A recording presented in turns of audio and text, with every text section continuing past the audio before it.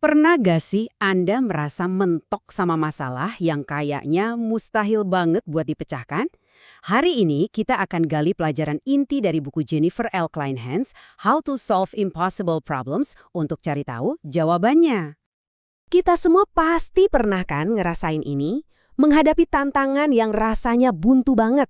Udah dicoba berhari-hari, berminggu-minggu, bahkan mungkin bertahun-tahun, tapi tetap nggak ketemu jalan keluarnya.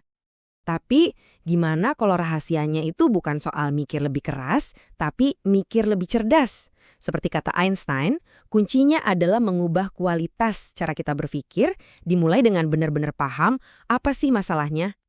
Oke, jadi gimana dong caranya? Nah, langkah pertamanya adalah memahami apa sih artinya memecahkan masalah secara efektif itu. Ternyata nih, biang kerok terbesarnya seringkali bukan masalahnya itu sendiri, tapi jebakan-jebakan yang ada di dalam kepala kita.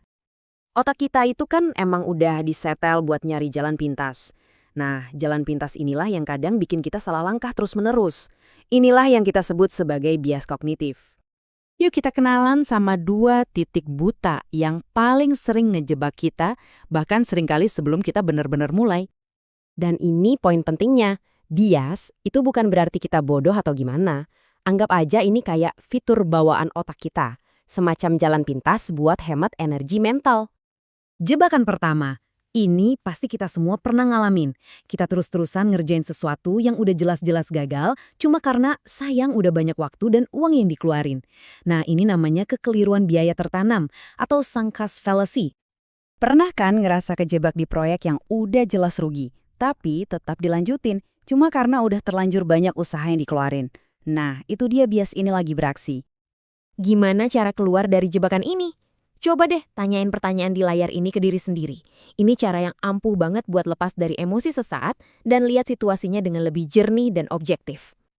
Oke, jebakan berikutnya ini yang bikin kita susah banget lihat kebenaran. Kita cenderung cuma nyari bukti yang mendukung apa yang udah kita percaya.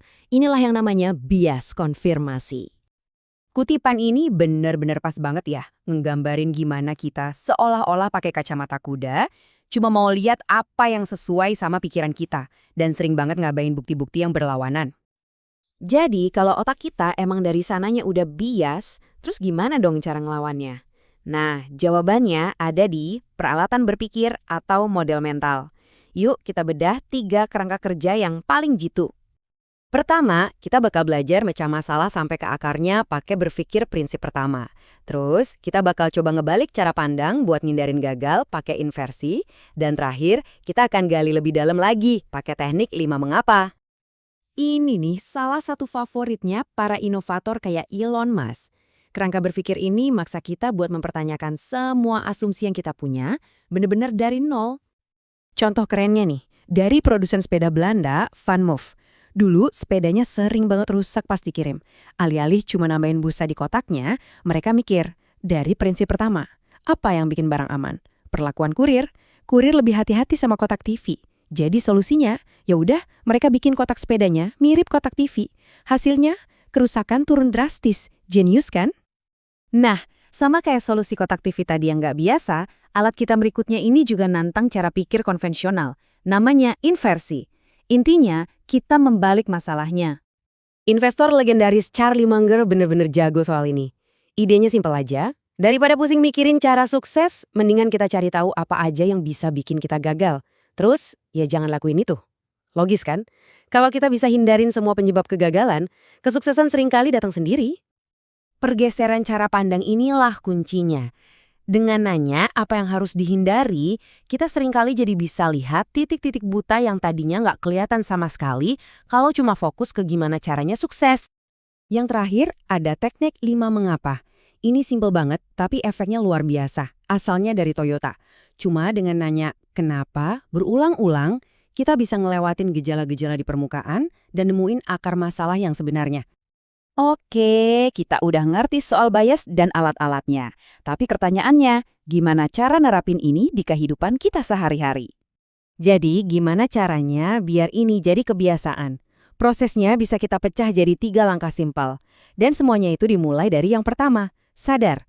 Cukup dengan ngakuin kalau jebakan-jebakan mental ini ada, dan kita semua tanpa kecuali bisa kena. Jadi, pertanyaan terakhir buat Anda, masalah mustahil apa sih dalam hidup Anda yang mungkin sebenarnya cuma nunggu buat dilihat dari sudut pandang yang baru? Dengan alat yang tepat, nggak ada masalah yang benar-benar mustahil, yang ada cuma cara berpikir yang belum pas. Kira-kira masalah mana yang mau Anda selesaikan duluan?